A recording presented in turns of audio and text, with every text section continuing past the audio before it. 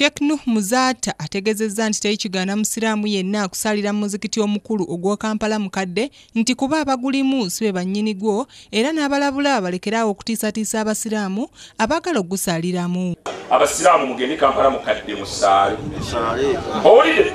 Mwe mugende musaale bajja kubaaza mugume babaaze insha Allah.